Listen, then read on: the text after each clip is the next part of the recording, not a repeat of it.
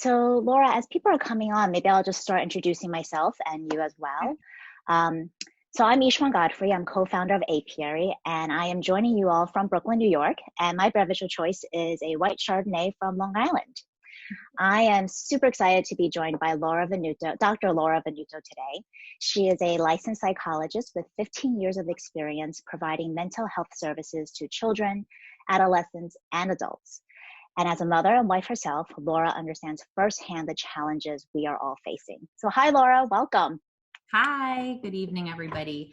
I appreciate you all giving me a reason to blow dry my hair for the first time in 37 days. And so I think we have a complex topic tonight. As I kept looking over the description, it's like, whew, we have a lot to cover here. But I think it's going to be a very relevant and helpful discussion, and I hope you enjoy it. So I want to start though by acknowledging the fact that we have a really drastic range of experiences that people are having in this situation. Ishwan, did you have anything else though, sorry, before I started getting excited and taking off here that you wanted to add? Sure, I was just going to set the context that, many of our participants tonight are both working and stay-at-home moms, and that these past few weeks have been really mentally and physically taxing for many of us, as we have now taken on so many of the things that we had traditionally outsourced is now back onto our plates and back onto on top of our normal stuff. So for instance, many of us are now teachers and psychologists for our own kids. And I, for one, this week have also become our household barber. I mean, 9 p.m. is often the time I get my own stuff done. And by then I'm exhausted and my brain is like mush. Some days I feel like I have no ambition beyond baking and watching Netflix. So Laura, I'm like dying to ask you, like, am I ever going to get out of this funk? And I think these are some of the questions that hopefully, and maybe some of our participants are also thinking as well. I think you're absolutely not alone. And what I ultimately sort of want to build to tonight and go through step by step is the fact that this crisis that we're living through has created kind of an untenable situation for parents in the way that I think a lot of us at least started thinking about it, or the way that it was getting portrayed for us and to us. And I think that you're not alone in feeling completely fatigued, and we are working harder than ever before. And who does have much more drive after 9 o'clock at night than some snacks, some baking, and shows? So everyone's lives have been upended. Whether your full-time job is a 24-hour around-the-clock unpaid position at home, or you're someone who's split between paid and unpaid labor, we're all facing challenges that deserve acknowledgement. And we deserve to have our moments of anguish. Everyone's working overtime and many people are feeling overwhelmed. I just also want to make sure we acknowledge at the beginning here that if anyone's listening who's an essential worker or has an essential worker living in their home, the level of stress, fear, and anxiety may be exponentially higher than for some of us who are fortunate enough to be sheltering in place, essentially. So both personally and professionally, I'm seeing that women are feeling completely overwhelmed by duty right now. So much so that it's kind of hard to reflect on what's happening emotionally and even make sense of it. Some of the things I'm hearing from moms are, rather than getting up, getting dressed, and getting out in the morning, throwing on your sweats or your favorite leggings and preparing for another Groundhog Day of, dishes, virtual learning, maybe trying to squeeze your job in somewhere, fighting kids, build milk and laundry. And whether you're an essential worker family or a working from home family, people are likely working in shifts. And if you're also juggling a paid job, you may not be able to work the same way you did before or to the same capacity due to loss of childcare, cutbacks at work, etc. So I was thinking that to help us better understand what's happening to us emotionally, I'm going to introduce some constructs from the psychological literature. And I'm going to try not to be too textbooky and make it very relevant for us. So we first need to think about the fact, though, that every single person here tonight is grappling with some sort of loss. It might be the loss of a loved one, a job, an income, loss of independence, loss of a safe place to bring your child all day. Even for stay-at-home moms, right? That school is like a precious break where that now you don't have. loss of our beloved nannies and date night babysitters who gave us a little freedom, right? Loss of access to outdoor space for the city dwellers, loss of access to privacy for the people who used to like to pee alone. And there's this loss of ease of life. Even getting groceries now is kind of challenging or stressful. So, and then the essential workers, again, I want to, sort of recognize that you may be experiencing loss of colleagues, loss of access to family if you're living remotely. And you can't even leave work check out because all everyone's talking about and thinking about is what you're dealing with in your workplace all day. And superficially, we've lost the nice things. Like we don't go get that occasional manicure or haircut. And so now that I've depressed you, I want to explain why I'm starting this way. From my perspective, we have to take some time to really assess these losses and how drastically our lives have changed in a matter of 4, 5, 6 weeks to be able to move on with this discussion and how we're going to manage this situation. And so part of the reason I'm starting here this way is because I want you to think about the following. How many of you felt like you were just killing it prior to COVID-19? I'm willing to bet that a number of you felt like you had a rhythm, you accomplished a ton and things were okay, but you really were working your tail off to do so. And then I think there's another subset of women who felt like you were doing it, but barely treading water. And maybe another group of people who kind of felt like they were drowning. And now so many supports have been stripped from us while other responsibilities have been piled on. So it's funny, as Ishwan and I were planning and talking about this, we were realizing, we were thinking aloud about this idea that I've had on my mind a lot, that many of us may be experiencing the global pandemic in a way that's akin to a death in the family. And we're all like actively grieving something. So a lot of times people talk about the stages of death and stages of grief, and they're kind of relevant here. And I'm not going to really get into them all, but you may have heard of them. They're things like denial and anger and bargaining, depression and acceptance. So just for throwing out some examples though, you might be feeling angry. You might be have found yourself losing your cool with your kids or your partner or coworkers. I think women are feeling a tremendous amount of anger about the duty they're faced with, anger about the loss of maybe your career, a business that you've built, the lack of a break, or unfair division of household, labor. And maybe I think there's a lot of people feeling feelings of depression, whether it's a fleeting sensation or they're really struggling with depression. I'm hearing people talk about having a loss of self-esteem, saying things like, I'm not a good mother, I'm not good at my job, or, this social distancing has made my body disgusting. Feelings of helplessness, like I cannot do this or this will never end. And so it's also important, while it's not a stage of grief, to think about a lot of people are really grappling with anxiety. When anxiety breeds, when we have a lack of control, and it's easy to really feel like things are in free fall when so much has changed so suddenly. I'm so glad you brought that up, Laura, if you don't mind, because it's so funny that I was thinking, it took me, I've been working now roughly 20 plus years. I feel like the last 10 years, I've built a infrastructure to allow me to do more of the things that I want to do. And what gets me so angry about what's going on is that just within a few short weeks, the things that took me 10 years to build up to, like the division of labor at home, getting my kids set up in a way that allows them to have the freedom, allow me to have the freedom, has all come crumbling down. So, it's really interesting how you relate it to the stages. And, for me, it's kind of thinking, wow, that's really eye-opening, because now I'm thinking, I'm feeling all these different emotions. Mm-hmm. And it's nice to know that it's normal.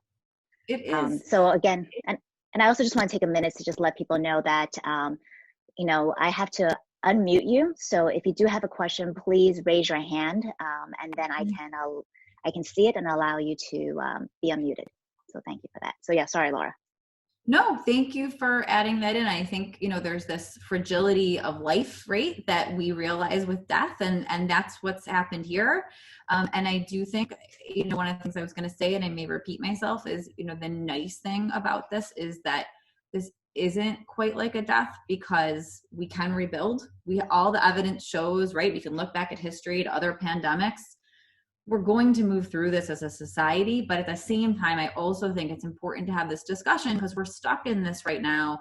And we know that, hey, maybe as the scientists keep saying, we may take 2 steps forward and then have to take 2 steps back. So having a way we think about and conceptualize living with social distancing, living in a pandemic, I think is really helpful for us to continue to function.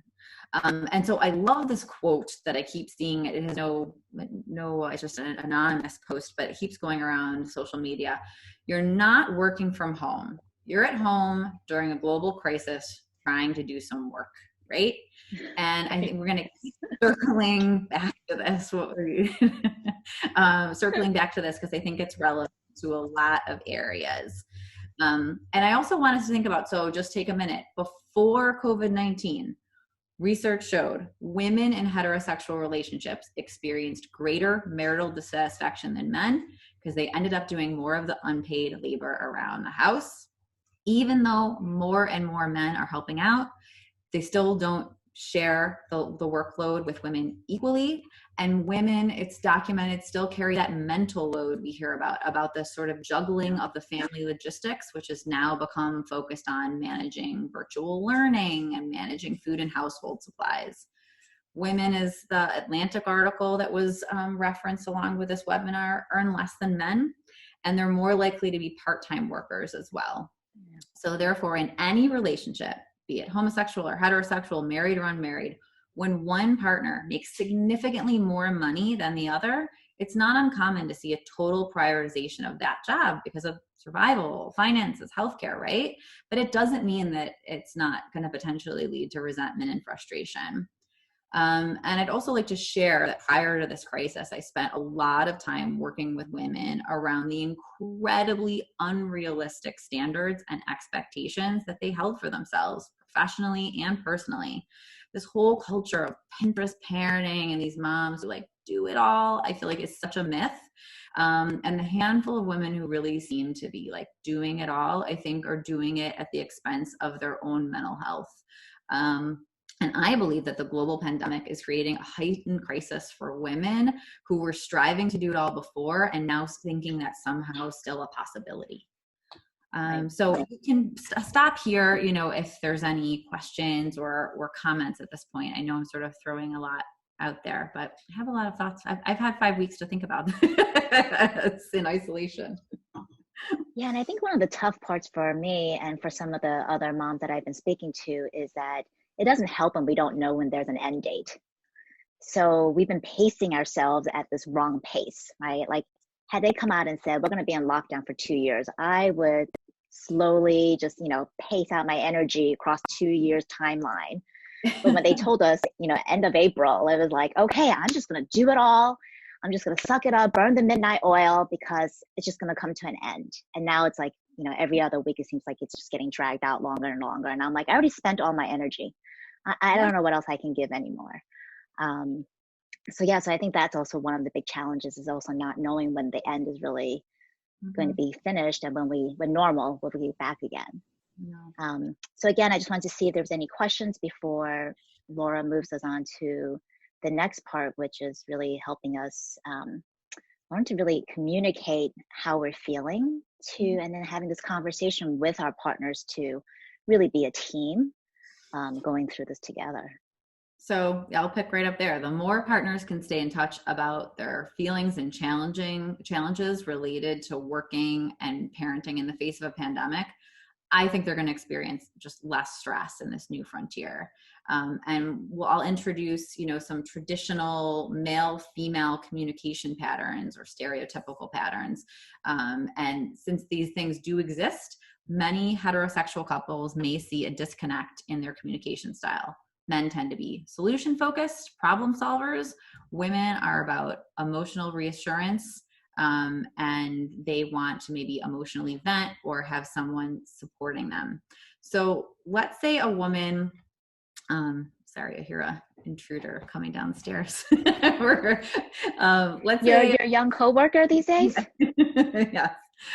So let's say a woman wants to talk about her stress in the face of COVID-19, right? She just wants to kind of be like, this virtual school, these messages from the teachers, my boss, the food order never arrived, right? She might just want to vent. but her spouse might be, a male partner especially, who's solution focused, might be looking for a way to solve it. And often also opportunities to solve it may have been stripped because things are a little more complicated. Like you call Fresh Direct for customer support and they tell you they can get back to you in like 4 weeks. Like you can't, you can't fix some of these things. So when we have these styles of men trying to look for an answer and women sort of looking for an emotional hug, it can lead to both parties being dissatisfied and kind of walking away from each other. Several people, when they signed up for this webinar, cited concerns about the emotional elements of the crisis, children's well-being, for instance. And due to socialization, I think many more men are fixated on the sort of practicalities of this all, and they're in survival mode.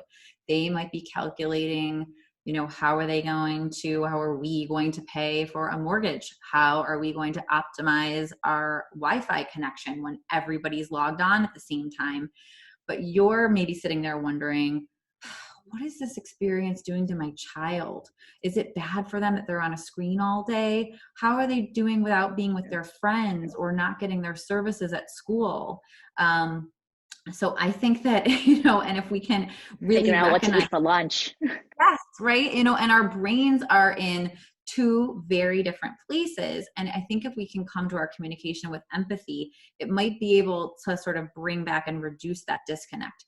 So for instance, if you do have a very traditional situation where you have a partner who is in more of the provider role and your job is basically non-existent right now or not bringing in much, you can maybe empathize with them about the fact that they may be feeling pressures of being the primary breadwinner or the only person bringing in an income. Saying things like, I see how many hours you're putting in and how hard you're working for our family. I'm grateful. Or thank you for your work and your contributions. We're so lucky to have you. Or I view us as a team in this situation. I see X, Y, Z things that you do for us. Or maybe you have a very different dynamic. Maybe you're the breadwinner, or you and your partner are equal contributors, but somehow you're still doing the lion's share of housework and education and childcare as well. And that's leaving you, frankly, pretty pissed off. And that's understandable. If there's any way to sort of summon the inner resources to lead by acknowledging your anger, maybe saying something like, I know I've been angry and maybe even mean lately. I imagine there's times when you don't want to be around me, but I'm feeling completely overwhelmed by the responsibilities on my plate right now at work and at home. And I am saying this and recognize that if you're truly, truly angry, it's quite hard to do this. But if you can find the way, the right moment, a calm time of Zen when you can say this, I think coming to this with empathy and acknowledgement of sort of the parts that we both play in these conflicts, it's your best chance at a productive discussion that can have a beneficial outcome for you. There's a successful communication strategy that a lot of therapists and couples therapists like to hand out. I love to tell my moms in my support groups that I do. And it was first shared with me by a psychologist friend who may be here tonight, Dr. Jill Garrett. And it's called the State of the Union. And you just talk about, it's a really brief exercise where couples talk about what went well that week and what needs improvement. So you can get out of this what you needed and find out what your partner needs. And there's a very specific way to make these brief meetings successful. So rather than leading with, what didn't go well for me this week was when you acted like a selfish child, and what did go well was the night you finally relented and didn't bother me about sex. Like, that's not gonna help, right? But we might want to try using I statements of like, because they're less likely to put someone on the defensive and sort of less likely to feel judged. So what went well was I felt like we were a team when you folded the laundry and helped our child with reading. What didn't go so well, though, is that I'm still feeling pretty overwhelmed doing my job, homeschool, cooking, and cleaning. Can you support me with some specific tasks? You want to prioritize meeting these needs and working as a team. So this meeting has to be scheduled. And I know you're sitting here thinking like scheduled, like look at my calendar. But again, I'm going to go back to this idea of we're living in a global pandemic.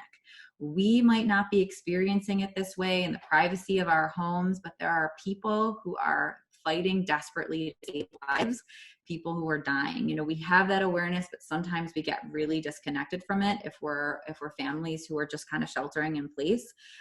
This is a different way of living. We need to have different conversations with our employers, and we really need to think about, you know, what really needs to happen here. As much family peace as possible is what needs to happen here. That needs to be the highest thing up there. So if the dishes don't get done, even if I would argue if a virtual assignment for a kid doesn't get done, if your email gets a little behind, taking 15 minutes a week where you and your partner check in to improve communication, I think is a really great investment. Because the whole idea really is that if you and your partner can model communication and stay in sort of a good place with each other, and it doesn't mean it's going to be perfect, but you're modeling that for your kids, you're demonstrating to them how to communicate. A lot of the worries people have about, like, how do I communicate with my kids? If you and your partner are a team and your kids see unity, it helps the whole family kind of fall in place. I want to acknowledge, though, that, like, yeah, what were you going to say? Oh, so I was just going to say thank you so much for that, especially to Jill. A shout out to Jill. She is on the call with us, so love that State of the Union. What I also found really interesting about that exercise you gave us was you're throwing out where I would need help, but I'm not telling or asking my husband for specific help, right? So I'm leaving it up to him on where he wants to raise his hand and lean in a little bit more, is what you're suggesting.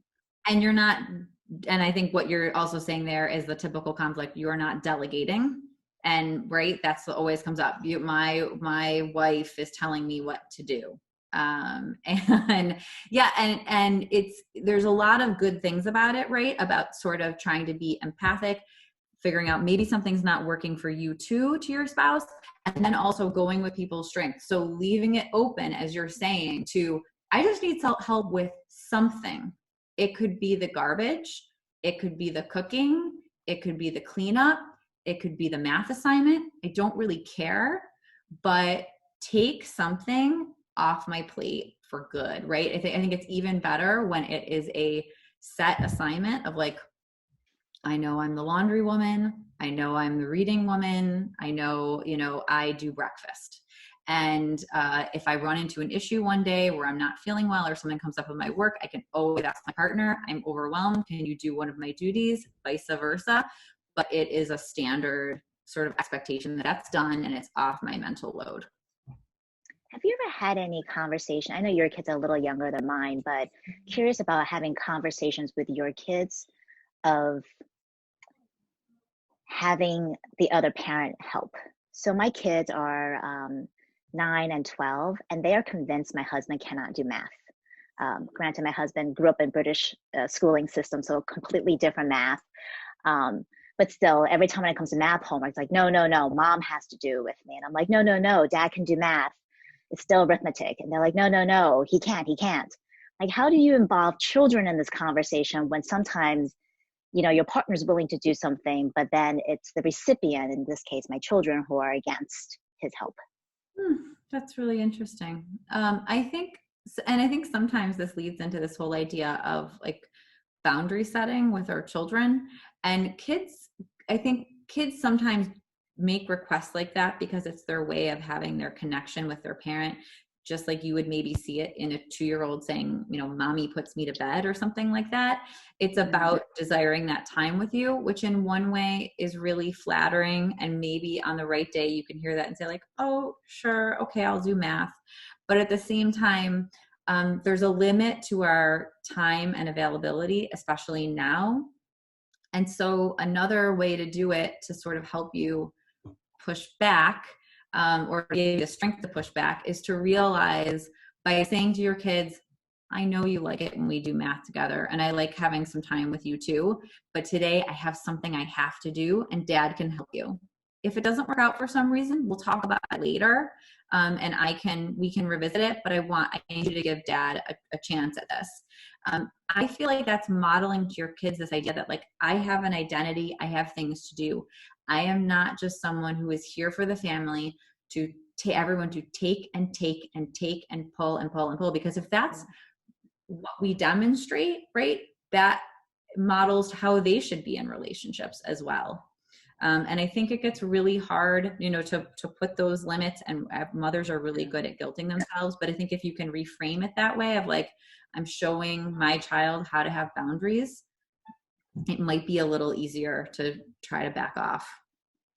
Yeah, no, But that's I know right. it's easier said than done. Right. I'm like, anything but math. Come to me for anything. I need to sit down with a glass of wine to help with math. But yes, no, so that's great. Okay. So unless there's any other questions, I mean, my final thoughts are this idea that I think that a lot of women get into a place of just trying to say, oh, I'll just do it. My husband and I, we keep hitting heads. I'm going to do it. I'm going to forget him, forget this. I'll do the math. I'll do the dishes. I'll do everything. But I think that leads to a tremendous amount of burnout and in normal circumstances, and these circumstances aren't normal. So I'd really like to urge people to try to make inroads with changing communication and finding different ways, using different tools and styles to try to recruit help from their partner. Those are kind of my The nice part is during our stay-ins, our partners aren't going anywhere. So there's plenty of together time to find that State of the Union conversation. I love it. It's true. So if there's any questions, I'm happy to answer questions about communication, but otherwise I wanted to impart a little information and think about coping and how to manage this all. So we'll just take a step back into this idea I introduced earlier, that we're mourning a loss, right? We're mourning something. And that final stage in the stages of grief was acceptance. And so in the psychological literature, there's this idea of radical acceptance, which is basically letting go of this deep desire to change things and accept reality as it is. So that means, okay, we do virtual learning. We are at home. We don't see a lot of people. Like, this is life. That doesn't mean that we like this life. That doesn't mean that I'm not sad that my daughter's not having a kindergarten moving up ceremony, that we're not having her art show, that, a big special event. My husband and I, we had multiple really wonderful events we were supposed to go to, friends, parties, birthdays, things are all done and not happening. And that's upsetting. But, refusing to accept our circumstances can further contribute to our anguish. And if we live with the uncertainty and spending all of our time like wishing it away, it gets in the way of us thinking clearly and making good assessments about, what we can do going forward.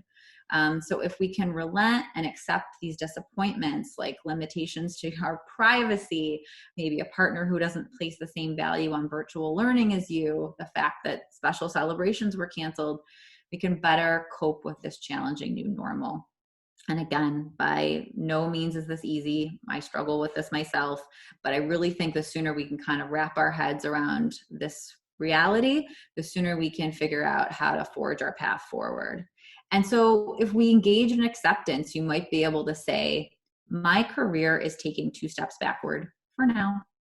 Or it's not possible actually really to work from home with toddlers and accomplish all that much.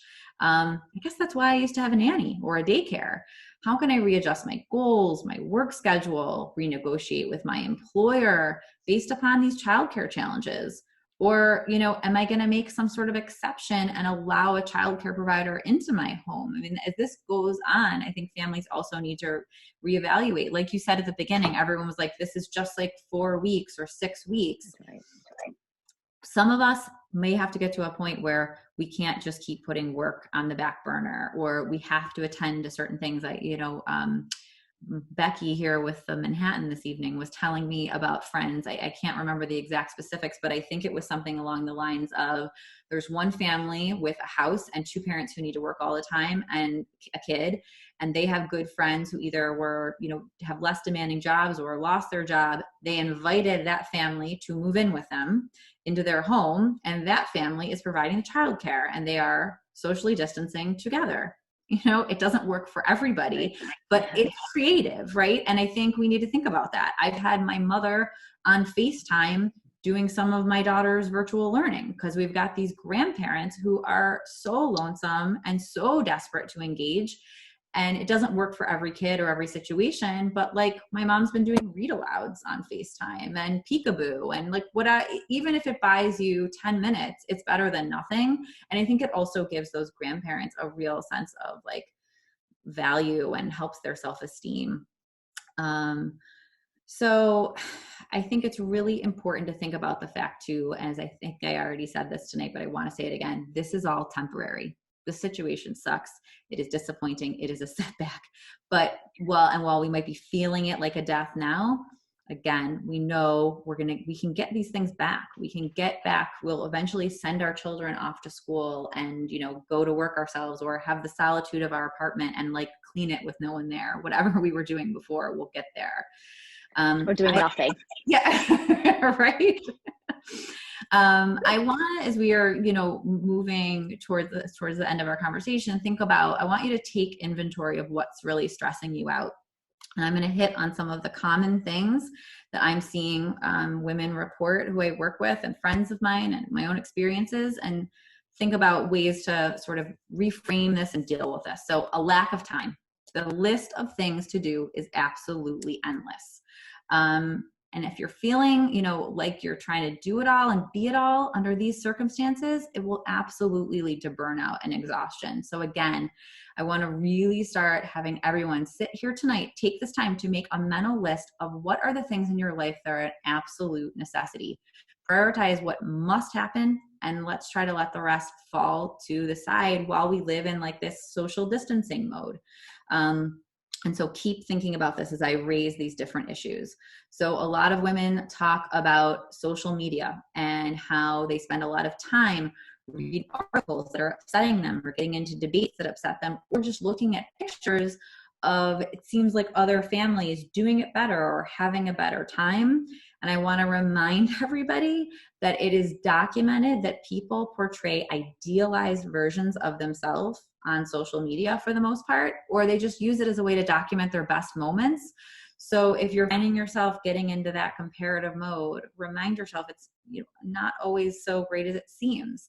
I want to also think about, for the moms with school-age children, I'm sure virtual learning is probably causing stress for you. It is for many, many parents. If it's not, congrats, you've got it figured out, way to go. But I want you to think about, if it is, the following things. Think about your kids' age, maturity, learning style, developmental needs. They may need a lot of time or hand-holding to complete schoolwork. Think about if that's realistic for you, feasible for you, given other duties that you have. If you have a younger kid in the house, if you have a job, it's what's realistic here. If you can't get to all the assignments, I really want people to remember that everyone's child and resources and experiences are different. So why should the home learning be the same for any of us? And I want us to, I had a really great conversation the other evening. My daughter's school, they did a meeting and the principal was there, and she was very clear in saying, we are not, the New York City Department of Education is not expecting that families are taking the baton and running off where we would have left off. We do not think you guys are going to give your kids the education that we would have given them. We are looking to create some semblance of normality, trying to give them some information, and want you to know that the expectations are 40 minutes a day for elementary school, 60 minutes a day for middle school, and 90 minutes a day for high school. And so to the families feeling like, my kid used to be in school for all these hours, I need to be recreating all of these hours of academic rigor, that's not what's being asked of us. It's a separate discussion if you're feeling like you wanted more for your kid. And I really understand that, and I understand how that's disappointing. If you can pull that off, great. But if that causes you tremendous stress, again, we are living in a global pandemic. It's like our country is at war. Unfortunately, we're maybe taking a little bit of a break. Our kids are having a little bit of a change in what their education is right now. And all the teachers are planning when they get back to school, their job will be playing catch up and assessing where kids are and what they need. I want to also, that's good news or bad news, to be honest. It's like only 90 minutes for my kids. That means that they have 11 hours in the day to be back on screen time. So instead of home tutoring, I'm spending 11 hours as screen police. which is a nightmare. It's this idea, it's like everything that we said was bad and wrong is now totally okay, right? It's like, oh, have them on the screen, put a screen here. I mean, I was a parent who was okay with some screen time, but I tried to, monitor it and control it and have it in small doses. And I definitely, while like preparing for this talk, saw a 2-year-old walk by me with not one, but like 2 devices, watching like 2 shows, like trying to walk around the house. I mean, it's just like bonkers. And yeah, I say it to give parents some freedom if they're feeling stressed to create, academic experiences all day. I think that everyone's family is probably going to need like a week-long vacation to a cabin with like no internet for a week whenever this is over, so that you can just sort of reset everyone's brain and be like, yeah, forget about that. We don't that life where we did screens all day, it's over. And like, we're going to sort of have a rebirth here and how we do things, because this is really abnormal. It just is. So I want to mention, I know people have said feeling like they need to be their child's teacher and their child's therapist. And I feel like that is such an unfair mindset and like so hard on ourselves. Most of us are not trained educators, but somehow there's this notion that we're all now teachers. And I do think maybe that started when we thought this was just 6 weeks, but we're not.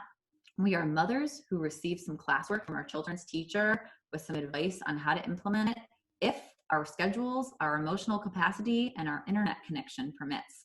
And I'm a therapist, and I can't even be my own kid's therapist because that's like not what you're trained to do, right? I mean, I can be emotionally sensitive, but I'm not going to be able to perform therapy here. And this is where, one of the things I really want people to get out of tonight is I would love to encourage you all to really check in with your expectations and thoughts about, for instance, home learning. What dangerous should statements are bouncing around in your head? I should be making learning fun. I should be making it through all lessons.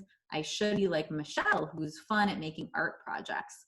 What happens when you use those should statements? So in cognitive behavioral therapy, they say we have thoughts, which influence our feelings, which influences our behavior. So if I have the thought, I should be like Michelle, who's making fun art projects with her kids, and then I get this feeling of like, I'm a disappointing mom. I feel guilty. I'm not doing enough interesting, enriching things with my kids. I just don't have my act together.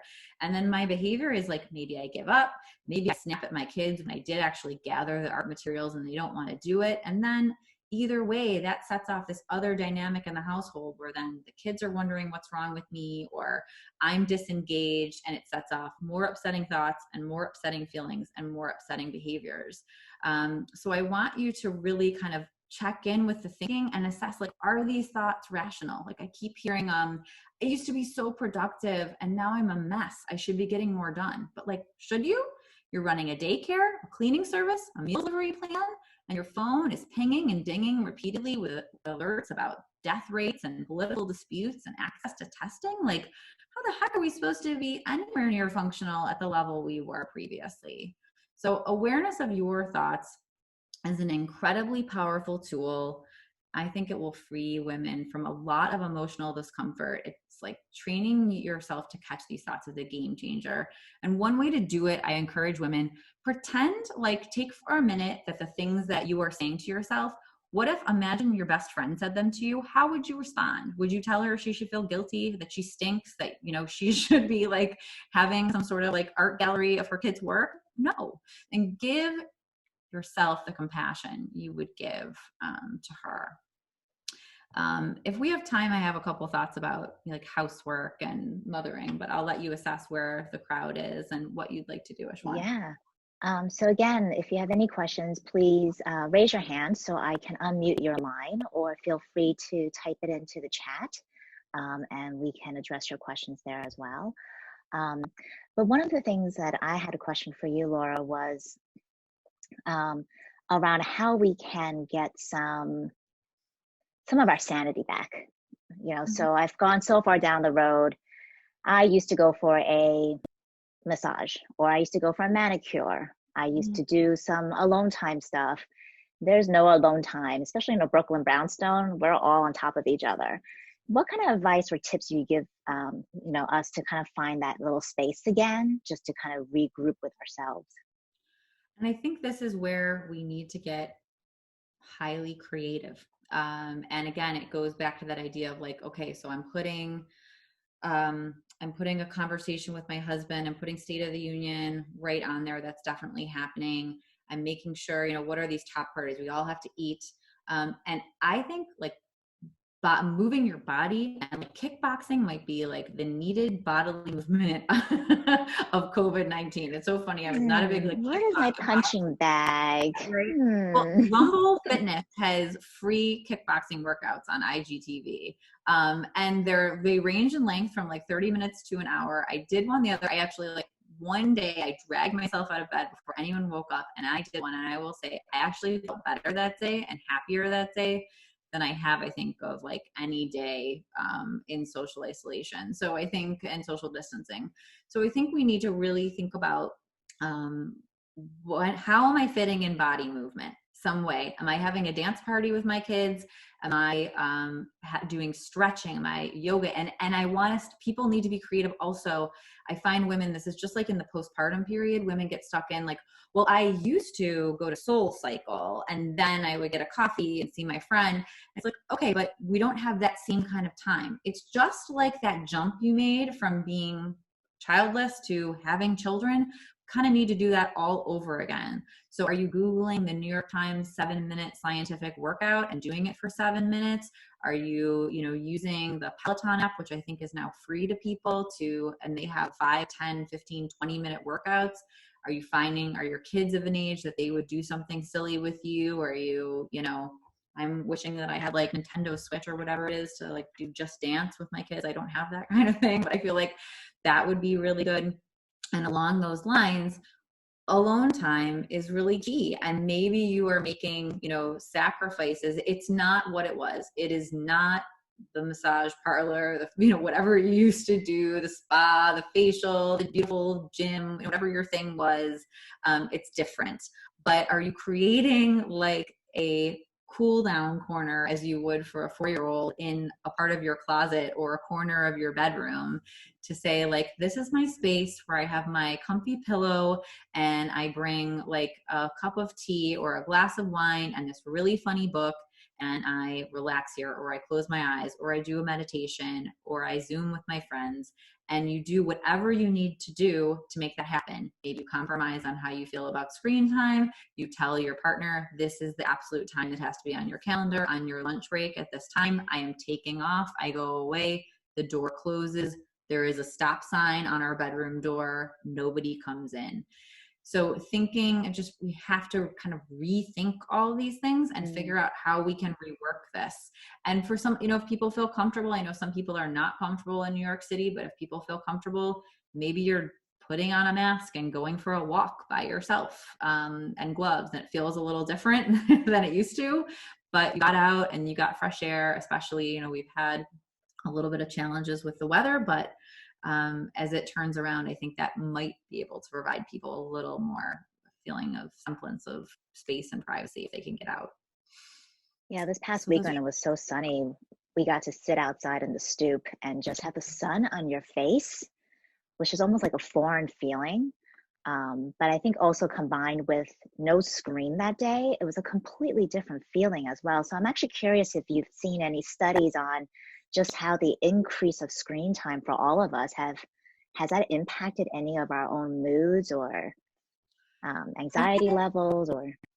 Yeah, I haven't seen new literature, but there's definitely information that indicates how, kids have more difficulty with, focus, and it can sort of be reinforcing for difficulty staying engaged and attentive with things when interacting with screens. And I will just say anecdotally, of being a mother of 2 and aunt of 13, I watch the reaction when you pull a screen from a child. It's, it's like you're taking heroin from an addict. I mean, they get so engaged in it and so angry about it being removed. There's clearly something sort of unhealthy there about the connection. And I think there's a lot of just anecdotal commentary from people. Even I was listening into a like physicians group was having a discussion about, like, a physicians' rights group was having a discussion about mental health. And there was a lot of people saying, like, I'm doing the same type of work of interacting with people all day, but doing it via Zoom, I am finding it so much more draining, so much more difficult to attend. I'm having headaches from looking at screens. And you're absolutely right, Ishwan. There's something very unnatural about our sort of limited access to sunlight. And there's something, that I think we get from having face-to-face human interaction, that we're missing, probably on a chemical level and a reinforcing level in many ways. So I think we know these things innately, and there's a lot of literature, like, even as cell phones became popularized, it was like a correlation, doesn't mean it was a causation, but there was something there with suicides and anxiety and depression going up. And we know there may be something to these things that we want to be aware of. So recognizing that when we can disengage with these devices, it will likely be beneficial for us and to us. So anytime that might have to be a scheduled time of our day. Maybe our evening is actually like reading an actual paper book, or talking to someone in our household, or calling someone on the telephone and not looking at them on FaceTime or Zoom. Yeah. So my 9-year can share with you that you don't need a PS4 to do Just Dance. It's on YouTube. And the best part is they don't actually score you. So for any of our listeners, if you still want to do Just Dance, you can do all the dances without being scored. I like it. And one of the fun activities that they did prior to COVID was living colonial days. So we actually had to live like colonials without any tech, without any electricity, a matter of fact, for 48 hours. Wow. It's something that I keep thinking about and bringing back, because I feel like, we do need just like a complete cutout from all the screens for all of us, just to kind of resettle again.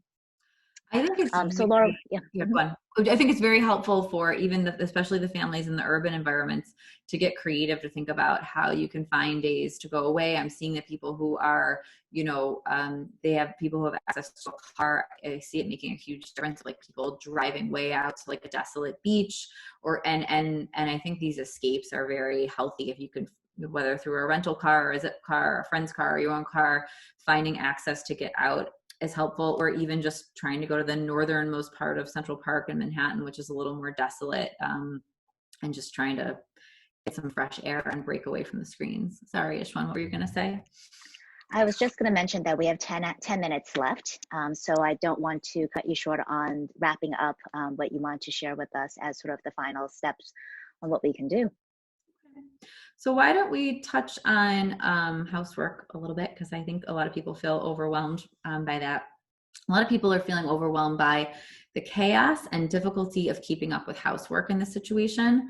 I think especially the families who are really stuck inside, like we're talking about, due to poor weather and limited outdoor access, all the New York families. I love this quote I encountered on the internet, which was, cleaning the house while everyone is home is like eating Oreos while brushing your teeth. And it's like, what is a realistic standard of household cleanliness when everybody is home in a small space on top of one another, doing art projects and assignments and eating? And, it's just kind of, it's something we need to think about, because we may have had previous expectations and the previous experience. If we were fortunate enough to have a housekeeper, there might have been one day a week when you left and you came back and everything was so beautifully buttoned up, and maybe you tried to hold it onto that for like 12 or 24 hours, but it's much, much harder to do with everybody home. So for some people, I would say, let's try to let a little bit of the housework stuff go to the wayside and recognize that this is different, all living at home all the time. For other people, I recognize that disorder is very unsettling for them. And so this is then becoming something that's a priority. Becomes in your State of the Union, you're talking with your partner about how unsettled and uncomfortable you feel with the chaos, and how do you, get their help to have a certain level of cleanliness. I think also, and again, going back to our conversation of going with your partner's strengths, use him or her for whatever they like to do or whatever you think they'd be best at, and have assigned tasks. I also think we can recruit our kids to help out. It does not always work. Sometimes my 2-year-old will put everything in the basket. Sometimes my 2-year-old will dump everything out of the basket and then try to assault me with the basket. But like sometimes it works and it feels really good. And you can start small with kids of just like, okay, we're going to do a race for the next 3 minutes. Whoever cleans up the most and gets the most things in these baskets gets a jelly bean. Or if we work together as a family, we are all going to, have a dance party or watching a Peppa Pig or whatever it is that your kids find reinforcing. The Y had this idea about something about using a baton and having a race. So it's like, you've got the baton now, you're cleaning that corner. You get it for 1 minute, as much as you can clean. Pass it to the person in this corner. They're going to clean this area. And it's a little silly and like not maybe as efficient as normal cleaning. But when it's silly, kids tend to go for it more and participate more. And when you get helped, I think parents feel less isolated. I think the other thing that's been coming up I want to touch on is people feeling like they can do how much professional work they can get done with kids around. I really want people to, again, assess if I have a 2-year-old and my 2-year-old used to be at preschool or daycare or with a nanny, like there's a reason for that, and really reassessing kind of what can get done. And, again, so it's just this idea of we're living at home, we're at home during a global pandemic trying to get some work done. We're at home during a global pandemic trying to get some housework done, trying to get some mothering done, this whole thing, rethinking all of these ideas and expectations. And my final thoughts are on the concept and the construct of good enough mothering, which I feel like a lot of mothers in urban environments hear about this and they roll their eyes of like, good enough mothering, I know about that. I don't want to be good enough. But I want you to just take a minute again for me to introduce what it really is. This is a term popularized in the 1950s, this idea by a psychoanalyst and pediatrician, Winnicott. And the idea is that children, what they need to thrive is a mother who meets their basic emotional needs and physical needs. So gives them a hug, in this situation, gives them a hug, checks in with them, puts some food on the table, responds to them when they're crying, screaming, laughing, right? And so long as a mom can create a general sense of reliability and safety for her kids are able to tolerate a mom's mistakes. And I just want us to think about that in the context of how chaotic our lives are. So you could really argue, this idea that our current society can be sort of not so beneficial and goes against this idea of good enough mothering. Kids tolerate their mother's mistakes, and actually they're more resilient and better able to handle challenges in relationships and know how to manage relationships when their model is a flawed, imperfect mother. So because humans are far from perfect. So this striving for perfection amongst mothers doesn't demonstrate how to work through challenges or fix problems in relationships. It leaves our kids with like no roadmap, right? And no realistic model to follow. So, even if you normally don't see yourself as striving for perfection, if you're trying to pick up all the pieces that have been dropped in the last month, school, childcare, housework, cooking, and possibly keeping your job going, you're essentially going for like pandemic perfectionism. And so again, let's go back to a variation of that quote. We aren't engaged in run-of-the-mill mothering right now. We're trying to mother our children during a global pandemic, while also worrying about perhaps our parents, our jobs, the future of school reopenings, how we're going to pay the rent, how much our child who has special needs is hurting by not getting their services in person, and maybe concerns about our own health if we have, risk factors or if we're sick. So under these circumstances, I just really want to remind everybody that you're going to have days where you're unhappy, where no virtual learning occurs, where people eat junk food and tear up the house and have fights and yell. And if we can accept that what's being asked of us is really unthinkable and untenable, I think that's when we can, again, come back to this idea of what can I take off my list? What's going to help me function best under these circumstances? I need to make my kids feel safe and secure. Okay. What do I need for me to do that? And let's go back to these ideas we talked about before. Is it creating a private little corner of my bedroom or my closet? Is it an extra long shower that is on the family calendar and it is a must? Is it a Zoom cocktail hour with your friends? Is it a conversation with your employer that like something has to give? we need to drop the unnecessary, like I was saying, and find the small ways to seize control. Because I think if we get some control, that's when we get a sense of power and agency, and this whole situation doesn't feel like it's spinning out of control. And by accepting, I'll go back to this idea of accepting, by accepting what can't be done, I believe that we can open up some emotional capacity for what we need to accomplish to survive and even maybe thrive.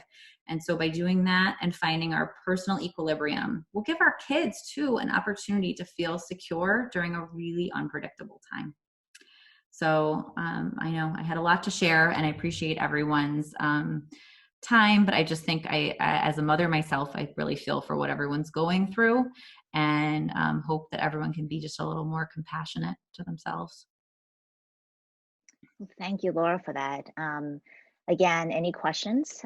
But if there are none, I just want to say thank you very much for joining, and a big thanks to Laura for helping us process our emotions during this pandemic, and some really good practical takeaways that we can use to better embrace our situations. Chantel, I see you had a question, but I don't, let me see if I can see it up in the list here. I don't see it. Maybe Laura, do you see if there's a question from Chantel? There's a Q&A thing popping up here. So I don't know. This is saying anonymous, so I don't know. That's weird if it's Chantel or not, but it's saying, as a new parent, I was already grappling with my identity as a mother and being kind of forced into being a stay-at-home mom while my partner supports us. With the virus, it has become even more exacerbated, and at the same point reinforced that I do not want to purely be a stay-at-home mom when this is all over. How can I rectify all of these things? I so appreciate you bringing that up. I think that becoming a mother is a period of major identity transition. There's a great term. You should Google matrescence and talks by Dr. Alexandra Sachs. She has a really good 6-minute TED Talk. It's basically the idea that becoming a mom is a developmental phase like adolescence. And during adolescence was a long period of time. It was 6 years. Our body changed, our hormones changed, our feelings changed, our identity changed. The same thing happens with becoming a mother. And it gets put out there of like 6 weeks, you're back to you, you're back to sex, you're back to work, you're back to everything. And that's so far from the truth. And so under normal circumstances, there's a lot of myths being told to new moms. And so you're grappling with that, the person asking this question, plus also a global pandemic. So I would just say, I would encourage you to get sort of as much support as you can. Find online support groups. I know there's postpartum.net is a wonderful resource with a national organization for various supports for postpartum women, plus the 92nd Street Y, where I'm affiliated, as a new parent get together. It's a virtual now drop-in every Wednesday at 10:30. It's a wonderful time there's a lot of other people feeling like you. I work with new moms. People's plans have been derailed. What they thought their maternity leave would look like, their career would look like, feels a little upended. And so I just encourage you to speak to as many people as you can who are in this position, get support, start to sort of develop your identity as who you are as a mom. And as the economy and the situation settles, you're going to be able to find your footing, and you'll feel confident then about where you are with mothering, and it can sort of make room for what you want to do and figuring out room for your career, which is possible, but it feels overwhelming. So don't try to bite off sort of too much all at once, and congrats on the baby. Yeah, and then so what else is popping up in chat here? That's the only thing I saw popping up in Q&A. Okay. And it says there's 4 things in the chat now, but I think that's all from before. Okay. Great. Well, Laura, again, thank you very much. And thank you to everyone joining us for this conversation. Thank you so much for the, good takeaways that we can all move forward for the next, who knows how many weeks ahead of us. But at least we have some good tools and resources at our hands to practice with our partners and with our kids. They say practice makes perfect, right? Good luck to everybody. And I'm thinking of you all. And thank you so much for having me. I thought this was fun. Same here. Take care, everyone. Have a great weekend. Bye. Bye. Bye.